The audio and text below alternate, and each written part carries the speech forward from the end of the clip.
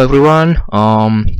So I don't know how many of you have done podcasts before. So if you haven't done one, this may be the first time you are listening to a lecture without a person in front of you. And from my side, it's really weird to talk to a computer as if I'm really in front of a group of students, but I'm not. Well, either way, let's get through this to the best of our abilities. But no matter whether this is a real-time lecture or recorded, it will be equally important in your exams and for the completion of your coursework. So the lecture is going to be on water pollution, mainly focusing on fresh water, right? You know what causes pollution and what kind of effects comes up aftermath of pollution. Okay, now well, that is it about algal blooms. Now let's talk about toxic tides and dead zones. Well, kind of related to the algal blooms and eutrophication.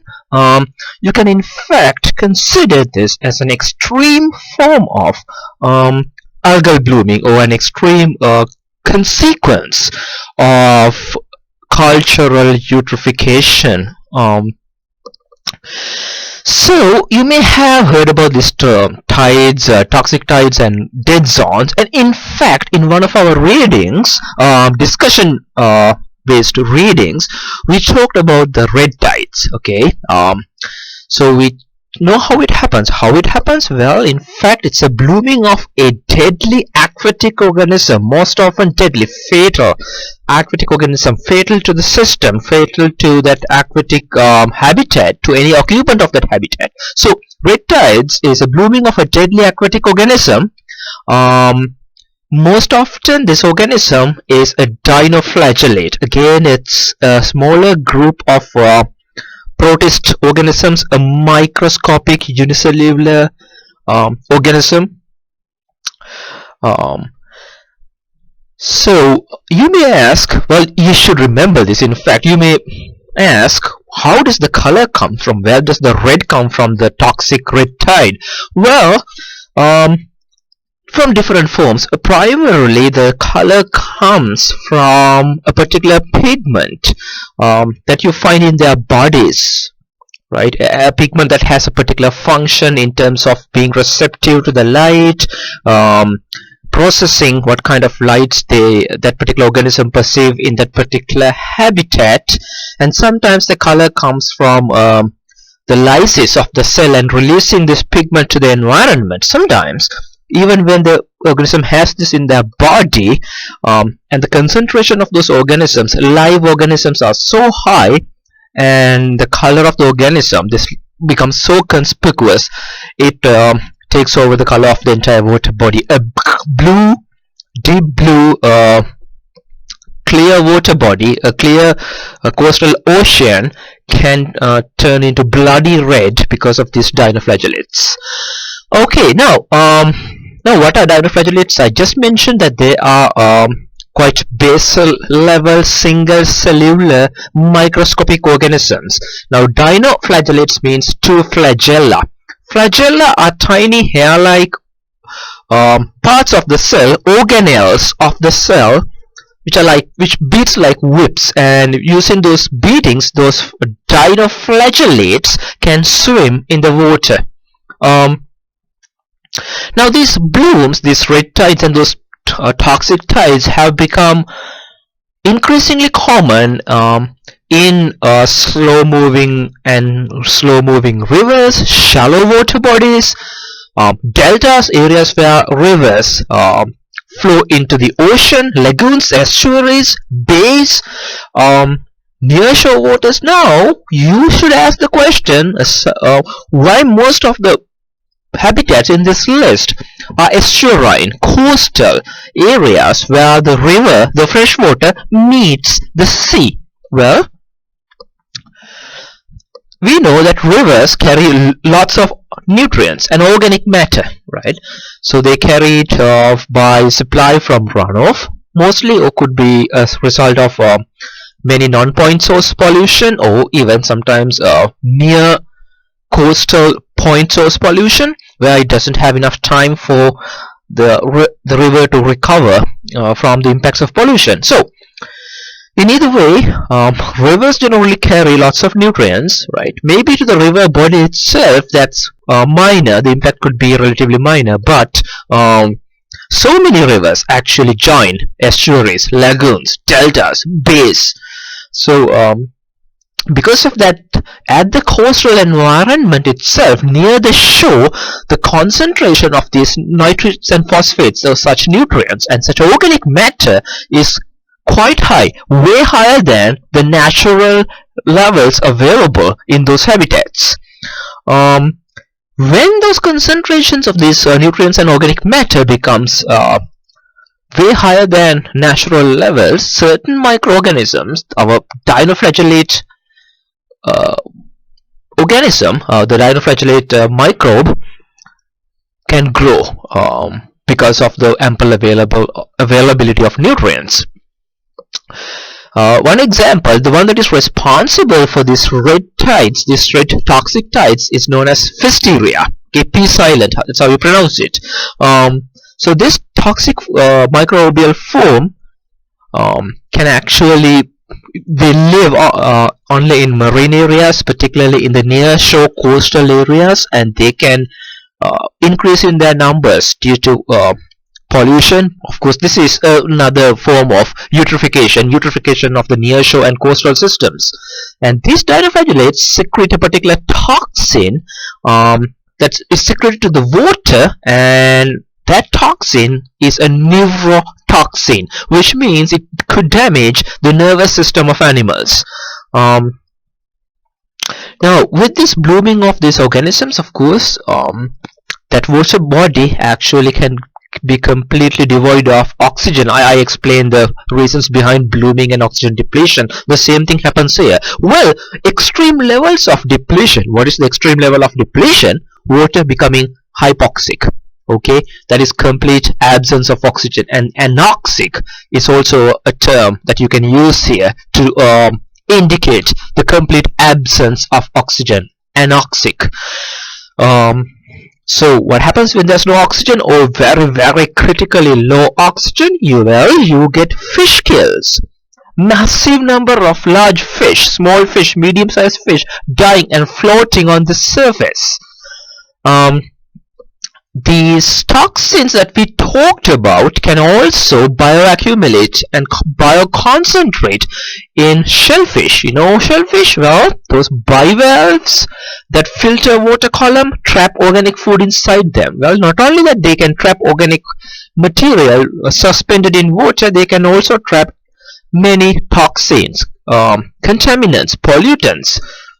So whoever consumes shellfish gets a high load of those contaminations, and we humans are consumers of shellfish, and we consume more than a single shellfish at a time, at a meal. So you might be loading up with thousands of these neurotoxins that were secreted by the dinoflagellates, and your nervous system is at risk, including the central nervous system, including your brain. So the damages could be quite bewildering, quite irrecoverable. You may wonder, has it ever happened? Yep, Gulf of Mexico is the closest example which has been subjected to pollution because of the heavy loads of nutrients coming down the rivers. On other occasions, Caspian Sea in the Europe and the Baltic Sea in the Mediterranean region are more examples of toxic tides. Now, relating back toxic tides to the dead zone. Well, when the oxygen is depleted due to toxic tides, due to accumulation of toxins from dinoflagellates, the organisms die. Literally, all large living organisms die. So you are having a zone at a near coast, near shore marine area that does not have many large living organisms except for a few microbes. So an area of water devoid of life is nothing but a dead zone. So that's the connection between those toxic tides and dead zones. Essentially, a toxic tide immediately follows up by a dead zone, and the Gulf of Mexico is almost a permanent dead zone in the United States. Okay, where else in the world you have these dead zones? Well, you know about the Gulf of Mexico area, and you can also see certain parts of the North Atlantic has also had some dead zones. Okay, look at these red dots. Red dots are well-known dead zones, and look at the yellow dots. Those are areas of concern that has undergone quite low in terms of oxygen concentration because of blooming. And you can see over here the European area, the Caspian Sea, and also the Mediterranean area also. Why? Because that area, of course, is very dry lands, and there are few rivers running from here, very salty rivers carrying lots of nutrients, dumping into the Mediterranean area to these tiny seas covered by massive amount of dry arid land. So those are highly susceptible to algal blooming. In fact, it's more than susceptible. We know that there are multiple dead zones in that particular area, and you can also see in this part, areas around Japan and Eastern Asia, you have several dead zones being recorded, and many other dead zones are coming around certain parts of South America.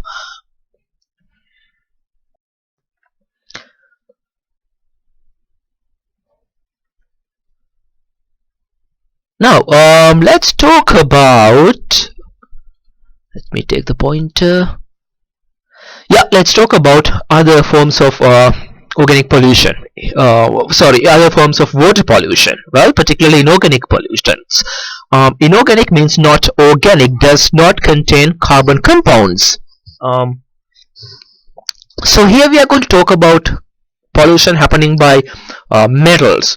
Well, for example, you should know some examples already given the discussions we have had. Mercury, lead, cadmium, tin, nickel. Now, many of those are actually heavy metals, right? And we already know heavy metals can bioaccumulate, and they could have multiple toxic results in the organismal bodies to the environments. Now, how do you get those minerals, those not minerals, those metals in your water? Well, those are released by many industries and by mining activities, and you know that industrial activities might discharge certain pollutants to the water bodies, and mining activities through runoff or through a direct drain pipe might discharge certain contaminated water into natural water bodies. Those metals that I mentioned are highly persistent in the environment. They do not undergo decay naturally.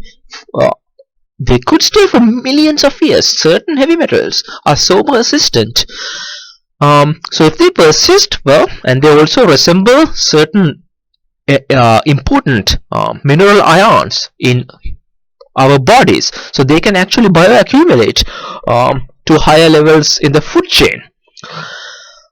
Now, you already know one good example that emits mercury, and mercury is in fact one of the most deadly and most detrimental metallic contaminant in US water. We talked a lot about that. So how do you get mercury? Coal burning, coal power plants. And we talked about the impacts of mercury contamination on carnivorous fish and top predator birds of prey. EPA statistics have indicated that there are over 600,000 American children that have mercury levels high enough to cause mental and developmental problems. Why? Because heavy metals impact the growth and development of the nervous system, particularly the central nervous system. And about 1 in every 6 women also has blood levels with higher levels of mercury that can be harmful to the developing fetus. Today in the United States, all the states, this is the most current information, all the states have some kind of a fish advisory in inland water bodies, right? And you already know what kind of fish advisories we are talking about. In some states it could be limited to a specific locality, a specific river basin, a specific lake, In sometimes it's like the coastal area, for example in Carolinas, and in few conditions it's statewide, for example many states in the western US. Another form of inorganic compounds that can pollute water, acids.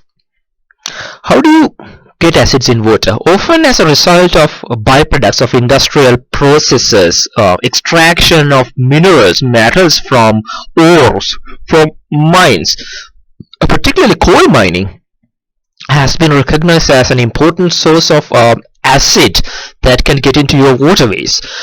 Um, and many streams that has been acidified by acid mine drainage are lifeless today because acidity of those environments, the pH of those environments are so low. When acidity increases, pH drops. Okay, so under these conditions, well, the water is too high, too low in pH, too high in acids for many large organisms to survive. So literally they are fishless. There's no fish, there's no large macroinvertebrates living in those environments, there's no amphibians. And amphibians of course are one of the most sensitive organisms to acidification. Well, other forms of getting acids into water, well, fossil fuel combustion, okay, in factories, in motor vehicles, relays, particularly I think more than in modern motor vehicles. This is applied for factories. The combustion temperature can be so high that the atmospheric nitrogen reacts with water and creates nitrous oxides, and sometimes in certain fossil fuel, particularly in coal, it could be contaminated with sulfur. So if there are sulfur contamination in fossil fuel or in coal, when you burn it as a byproduct, you will get sulfur dioxide, which is combination of sulfur with oxygen. So what happens to these sulfur dioxides and nitrogen dioxides? Well, they are gases, so when you combust those fossil fuels, they are emitted into the atmosphere and gets dissolved in atmospheric water vapor or in clouds, in atmospheric water, and drops down onto the surface of the earth or onto the water bodies as rainfall. Not just rainfall, as acid rainfall, as acid precipitation. Today, thousands of lakes in the northeastern United States and Canada are virtually devoid of fish, and they only support a few species of acid-tolerant mosses. Mosses are in fact plants. They are green plants that can photosynthesize. Very small, does not, almost never reaches more than few inches or centimeters in terms of their height, and there are a few fungi that can actually tolerate high acidity. So we are looking at, there are several northeastern lakes that are virtually lifeless, Canadian lakes, particularly in the Nova Scotia area, that has actually completely gone devoid of higher order lives. The diversity in acidified water bodies drops considerably. Many sensitive algal species, many phytoplankton, many zooplankton disappear. Except for very few filamentous algae and some blue-green algae, also known as cyanobacteria, can also survive in high acidity water.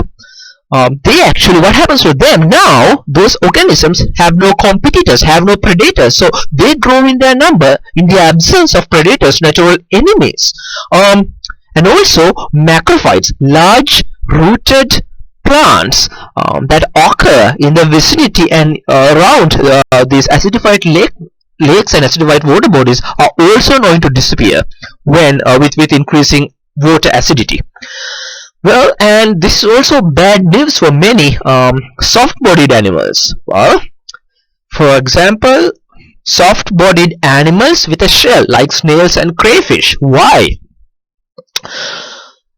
What are their shells made out of?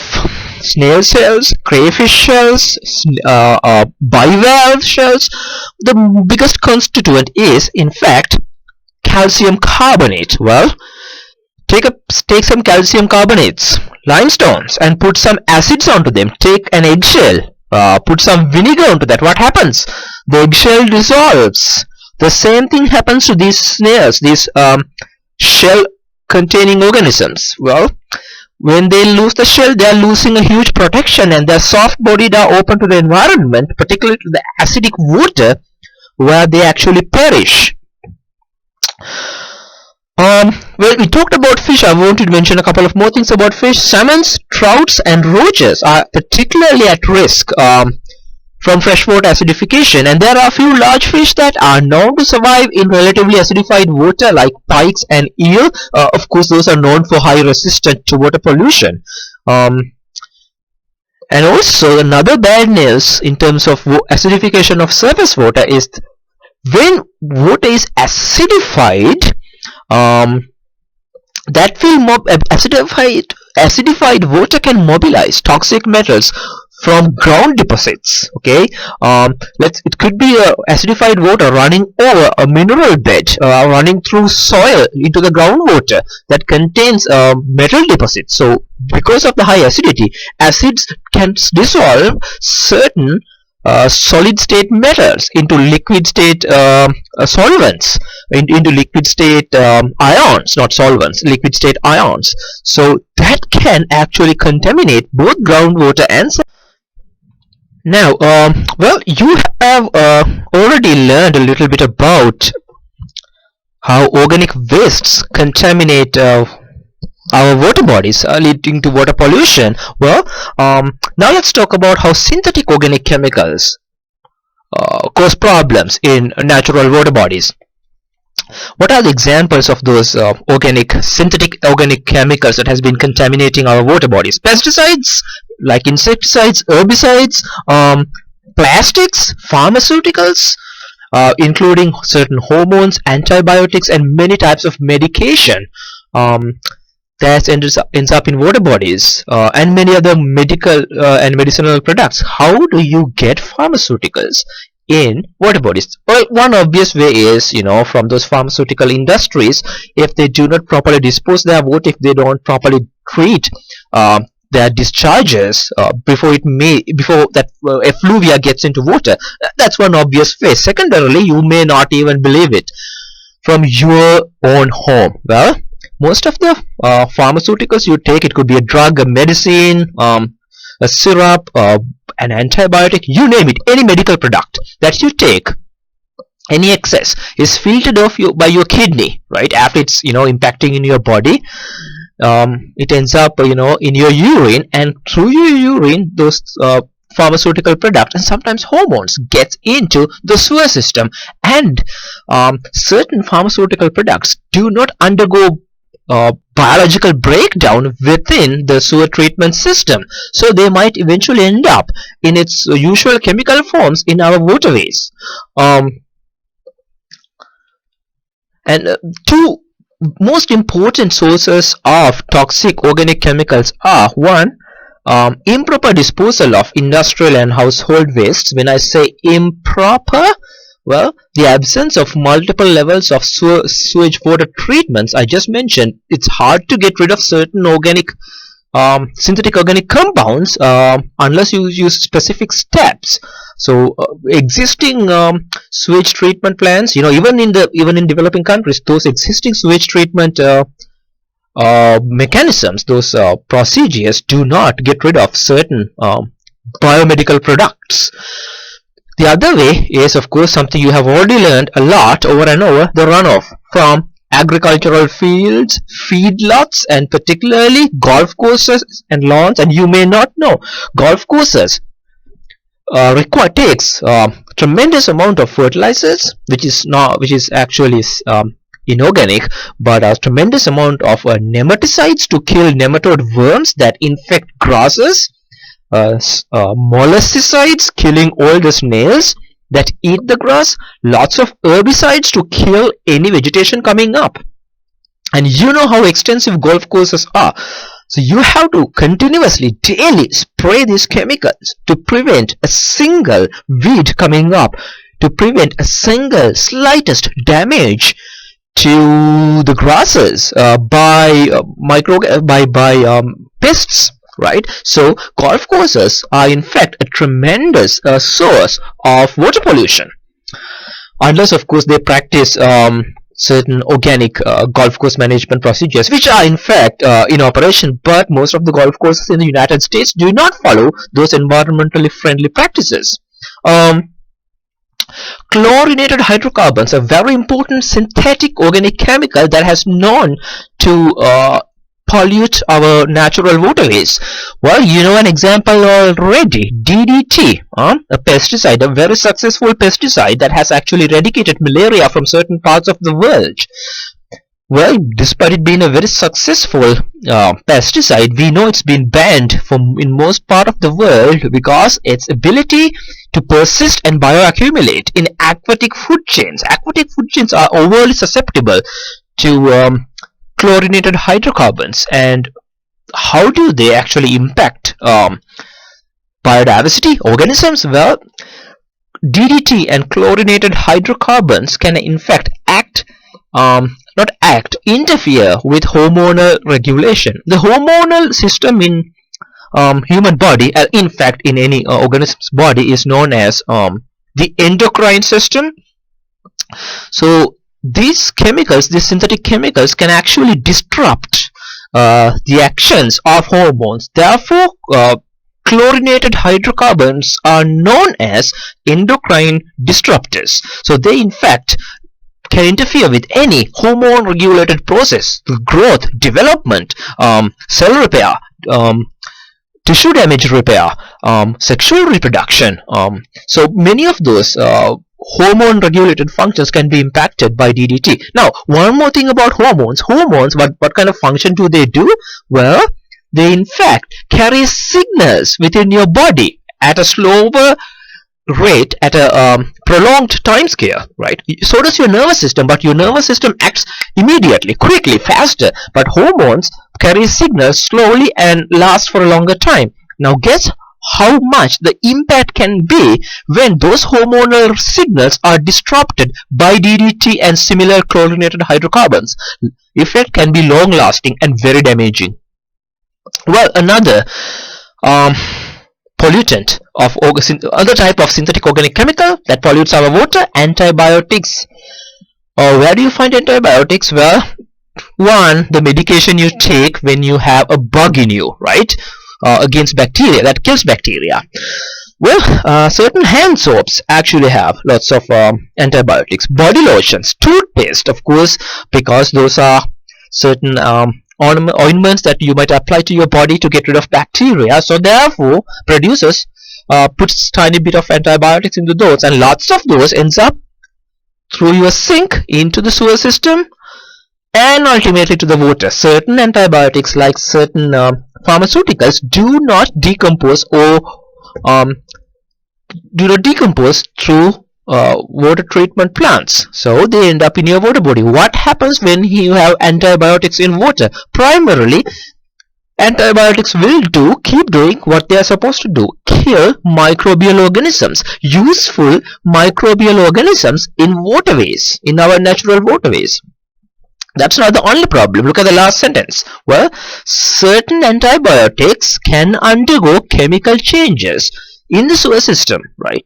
But not to the betterment, right? Not the chemical change that will make antibiotics less impactful. In fact, it is the reverse. It will become carcinogenic, right? What are carcinogens? Well, chemical compounds that induce cancer in your body. And some of those altered antibiotics can become again endocrine disruptors, having severe impacts within the organismal functions. Now, a physical form of pollution, thermal pollution. What is thermal pollution? Pollution of water bodies with increasing temperature. Well, if a water body gets abnormally cool temperature, that's also a form of thermal pollution. But with the industrial development, with much of the human activities, what we are experiencing is in fact the former, not the below level cooling. We are experiencing above normal temperatures in water bodies. that can ultimately impact aquatic water quality, the aquatic water quality parameters, and aquatic life. Now remember, water chemistry can get altered with thermal pollution because the dissolution of certain harmful chemicals increases with increasing temperature. Biological activity increases with increasing temperature. So organisms that live in polluted water may sequester, may absorb, may assimilate more toxins into their body with increasing temperature. So there are widespread consequences to water chemistry and to aquatic organisms aftermath of thermal pollution. Water can actually absorb much heat, a lot of heat, tremendous amount of kilojoules of heat with a little change in the temperature, which makes water an excellent thermal buffer for existence of aquatic organisms. Because of that, aquatic organisms have not historically developed adaptations to tolerate higher changes in the temperature.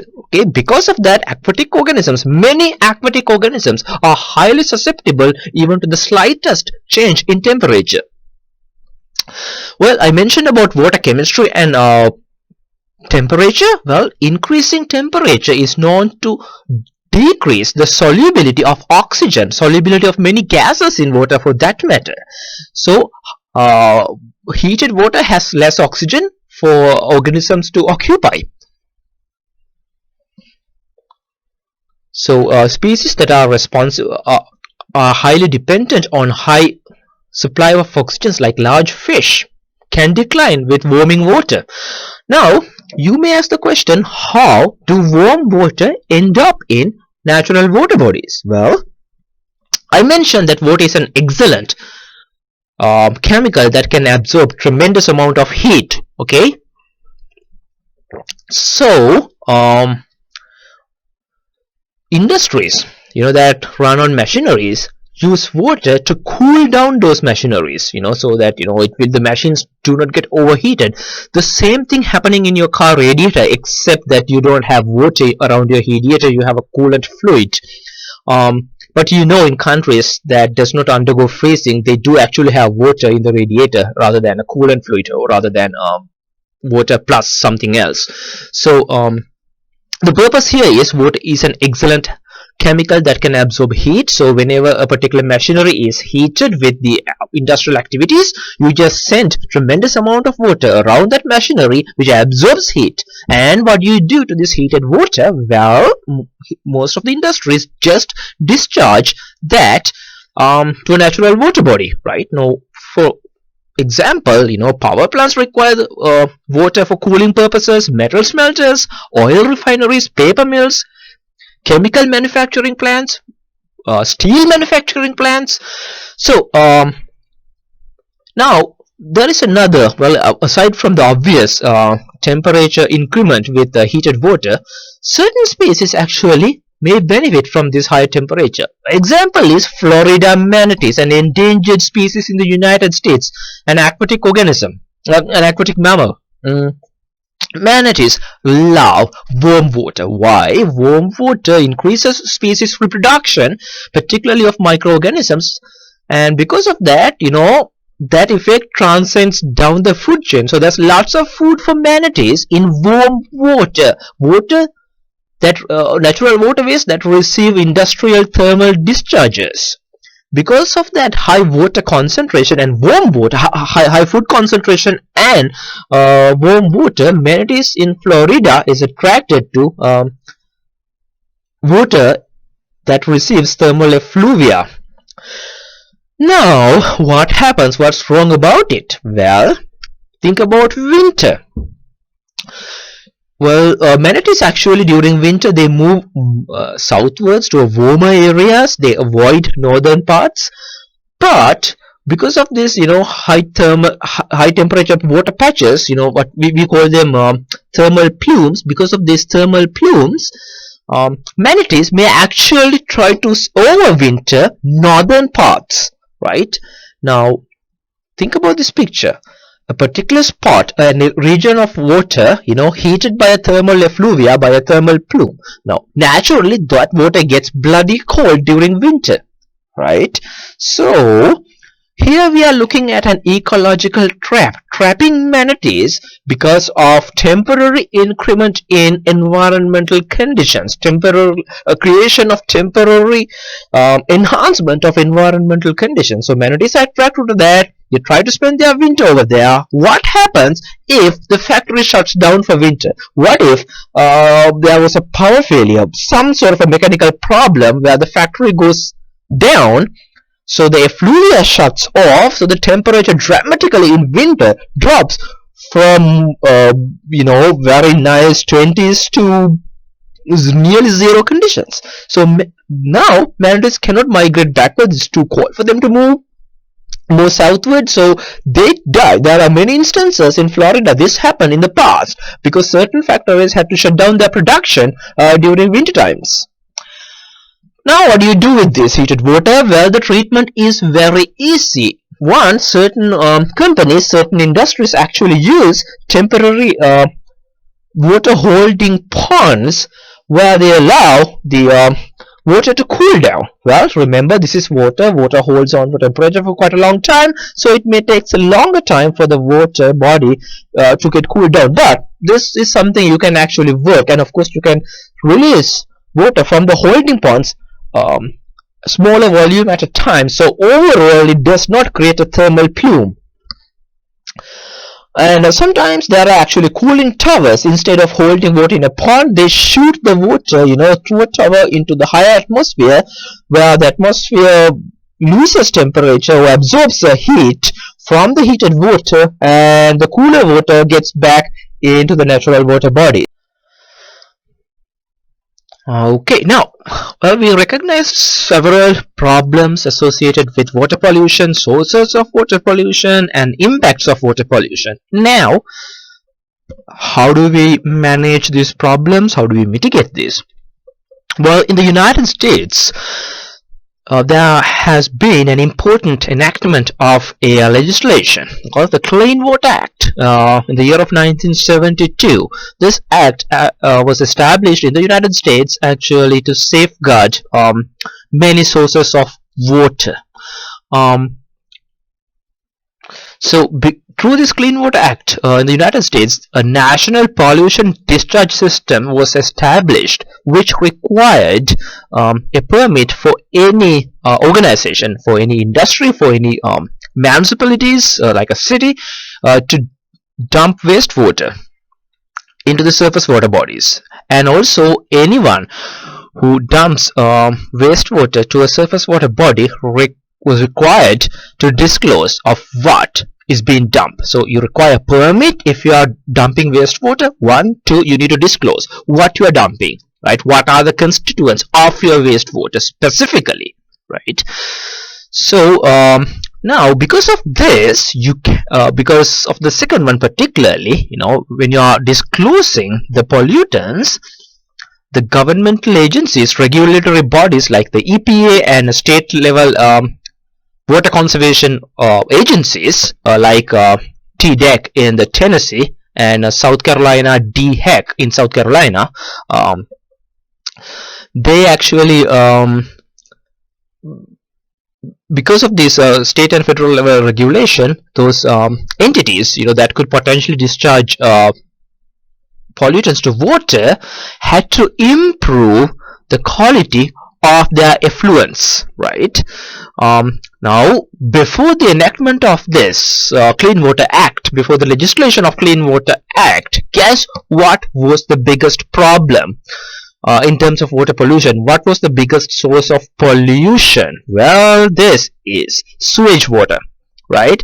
So, before this act, even in the United States, the sewage treatment was primary. What is that? Well, they just allow the bulk matter of the sewage to settle in holding tanks. After that, rest of the supernatant, the water on the top of the bulk is just released to the surface water bodies, to lakes, to rivers, to oceans, right? Even in the United States, yes.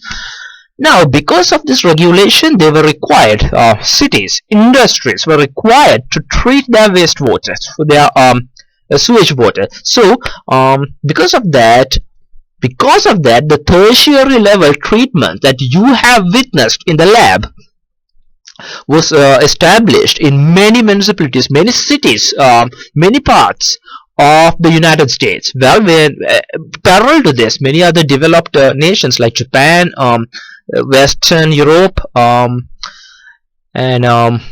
many other developed and fast developing countries actually established regulations, in legislations that actually required municipalities to establish sewage water treatment plants. So, because of that change, in fact, certain water bodies in the US that were virtually fishless, that were only occupied by grubs and worms, in fact turn into very good water quality. Fish and sensitive invertebrates returned to once polluted waters simply because of the improvement of surface water after switching or after upgrading sewage treatments from primary to tertiary levels. Currently, the Environmental Protection Agency actually monitors over 4,000 watersheds all over the United States. Actually, that 4,000 watersheds actually covers the entire surface water bodies of the US. And at watershed level, they monitor the quality of surface water bodies, drinking water, water that is used for recreational activities, any and all the forms of surface water is being monitored through these watersheds. Why? Well, once the local communities from that watershed database, they can learn what certain water bodies are suitable for. So the EPA can, provide advisories for different levels of consumption, and of course they can, the EPA, the federal government, can enact regulations, rules to mitigate pollution, to prevent pollution from happening from industries abusing local water bodies. Now, while CWA, standing for Clean Water Act, has successfully controlled many point source pollutants, specifically sewage discharge, non-point source pollution, like I mentioned at the very beginning, has been the most difficult to control, and it is still a great issue. Now, how do you control the other forms of pollution, such as non-point source pollution? Well, the cheapest and the most effective way is to reduce the generation of the pollutants, the generation or the production of contaminants. And if you have to produce it at a minimal level and prevent those being released to the natural water bodies.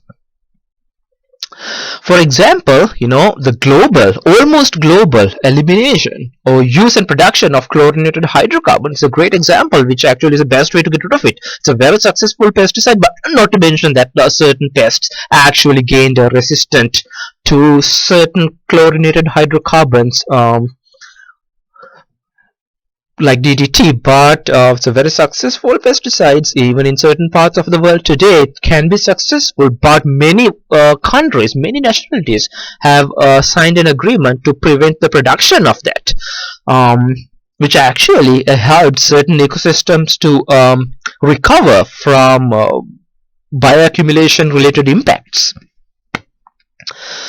Another is elimination of lead from gasoline. Well, why do you have lead in gasoline in the first place? That kind of increase the combustion, burning efficiency within the motor vehicle engines. But because the lead that actually increases the burning efficiency, the combustion efficiency, can also pollute your atmosphere and then subsequently get deposited in waterways and then end up in your food and the drinking water. Because of that, in the US, there is complete ban of using lead contaminated gasoline, and hence the unleaded gasoline that you know of today.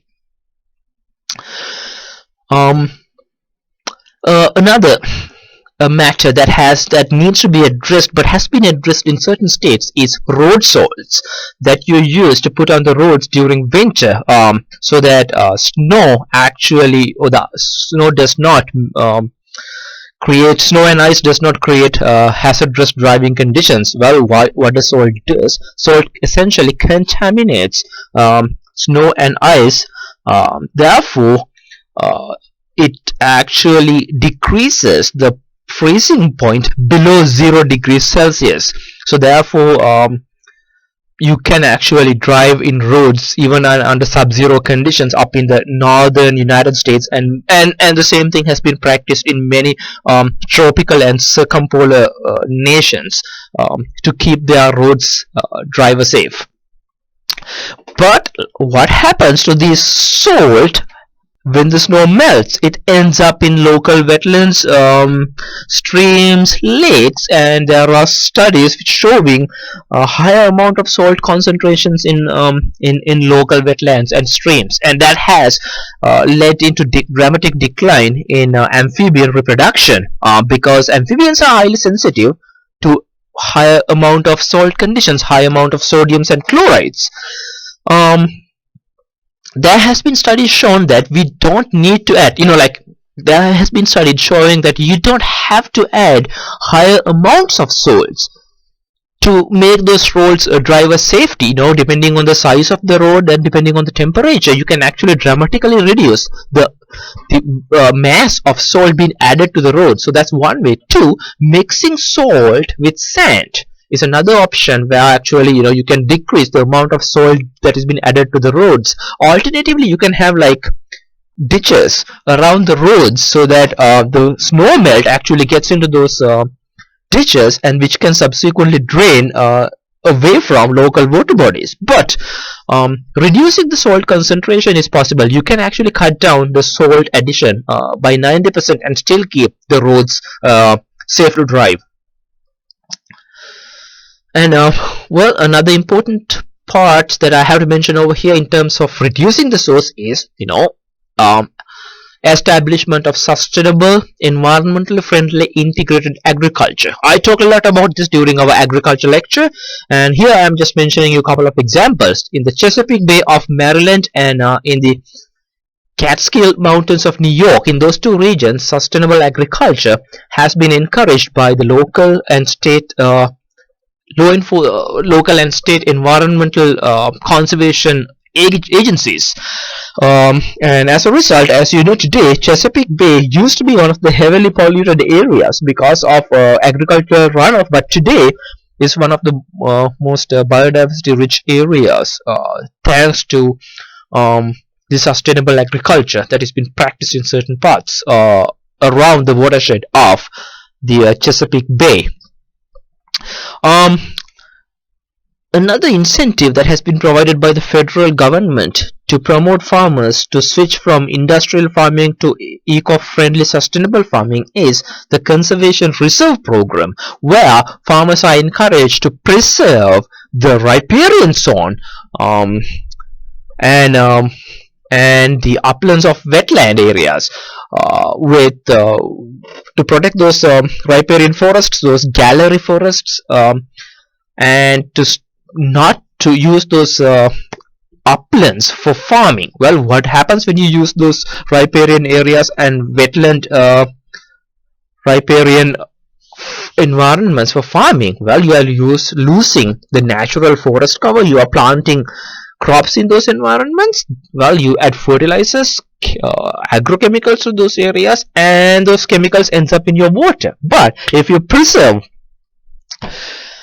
a buffer strip, a riparian buffer around the wetlands, around the streams, then those buffers can actually mitigate the impacts of agrochemical contamination. They can actually prevent fertilizers running directly into the water, so they can ecologically buffer the impacts of agricultural activities and safeguard the waterways from contamination, or safeguard waterways, protect waterways from agricultural chemicals. So well, think about this. If a farmer is encouraged not to farm the riparian environment, he is losing a particular amount of money that he could have earned by farming those areas. Well, so the federal government, particularly the United States Department of Agriculture, specifically within the USDA, the National Forest Service, the United States Forest Service, actually funded the farmers for not um, cultivating crops in the riparian zone. Right, so the farmer gets some money, and in fact more than money. Sometimes in certain occasions the USDA provided farming tools, seeds, and many financial and non-financial resources to encourage farmers to protect riparian areas, which has been greatly successful all over the United States. Last is reuse and recycling industrial wastewater. Well, rather than dumping water and collecting more water from another water body, why not reuse and recycle, right? And there are instances where certain industries were able to recover uh, certain metals from their wastewater and sell that recovered metals for money and increase their financial gains. And of course, by recycling, reusing the same industrial water for heating activities, they actually were able to save the water that they would have extracted from another body. So actually, in long term, reusing and recycling industrial wastewater could be economically beneficial and environmentally friendly, which can save you a lot of troubles. Well, now, yeah. So, how do you successfully control non-point sources? Well, we talked about legislation, policies, regulations, and then minimizing the source. But there are still, after all of those efforts, there's going to be some amount of pollution coming from non-point sources. How do you deal with those? You need to manage the land, right? Land management to mitigate these non-point effects is really important. And in fact, speaking of water, you have to extend that management activities to a watershed scale. And watershed is in fact the land surface through which water flows over the land into the water bodies. Well, let's quickly look back at some of the non-point source pollutants. We have been talking about this multiple times during the lecture. Agriculture, well, erosion, leading to sedimentation, and of course contamination of agricultural runoff with agrochemicals and with livestock waste. That's one way that agriculture creates problems in terms of water pollution. Urban runoff, well, runoff coming from streets, parking lots, industrial grounds, industrial parks, urban gardens, golf courses. Those are sources of major sources of non-point pollution. Construction sites, we talked about all of this already. The last one is something I want you to pay attention to: land disposal sites, landfills. Okay, now many landfills, even in the developing world, that has been been filled up over multiple decades, may not be well contained. A good landfill should have multiple layers, multiple concrete and non-concrete linings that prevents leakages, right? That prevents certain hazardous chemicals leaving the landfill. But unfortunately, like the one we have in Memphis, many of the land disposal sites, landfill sites in North America, older ones, are not sanitary, right? And they are not properly lined. It's not well contained. So there are many chances where hazardous chemicals over time can actually leach from the landfill, moves through the little crevices, cracks in the ground, and contaminate groundwater, right? Generally, talking about so how do you deal with land disposal sites? Of course, well, you have to, whenever you do landfills, you need to actually properly contain that landfill with the use of technology. It's not impossible to do, and for the existing landfills, of course, it's going to be very expensive to reconstruct them into a sanitary safe level. But anyways, that's something you have to do if you want to protect your groundwater, because cost of reclaiming polluted groundwater could be prohibitively expensive, and the impacts of groundwater pollution is definitely cost prohibitive. Okay, how do you prevent this? How do you implement soil management strategies? How do you implement landscape scale, watershed scale land management to prevent non-point source pollution? discussed? Well, the many of the soil conservation methods we talked about during agriculture lectures is going to be very important here. We talked about many best management practices, conservation tillage, non-tillage, and many other sustainable agriculture that helps to protect soil, cover soil, are actually going to improve the local and regional water quality. Well, on top of that, preserving local wetlands, regional wetlands, restoring degraded wetlands, constructing more wetlands to purify surface water can actually act as natural water filters, retaining sediments, retaining eroded soil, and removing contamination. Wetlands can decontaminate many chemicals that is in surface runoff. So wetland preservation, wetland management, and wetland conservation is a great way actually to prevent or to mitigate non-point sources and also to recharge groundwater. In urban areas, it is actually important to separate sewer systems from stormwater discharge, because sewer water and stormwater needed to be treated separately before they are released into surface water bodies. So the best way is to manage two different systems, and many stream water discharge plants or many water treatment plants in many major cities in the US actually have two separate systems. And then in terms of detergents, which is in fact the major source of phosphates in sewer systems, needs to be taken away, right? So how do you do that? You have to minimize the use of high phosphate containing detergents and replace high phosphate detergents with low phosphate detergents or phosphate absent detergents. So that actually requires practice at individual level. Well, we are coming to the conclusion of our lecture. So this is actually a summary table which summarizes the effects and the types of pollution and the examples of the pollution causative and where such pollutants arise from. This is something you can study yourself. Kind of summarizes most of the things we discussed today so far. A good way to study for your exams. Well, that's the end of it. So remember, this lecture, although it's not in person, this is going to be equally valued or equally weighted when it comes to the exams. I will select certain questions out of this lecture for your exams.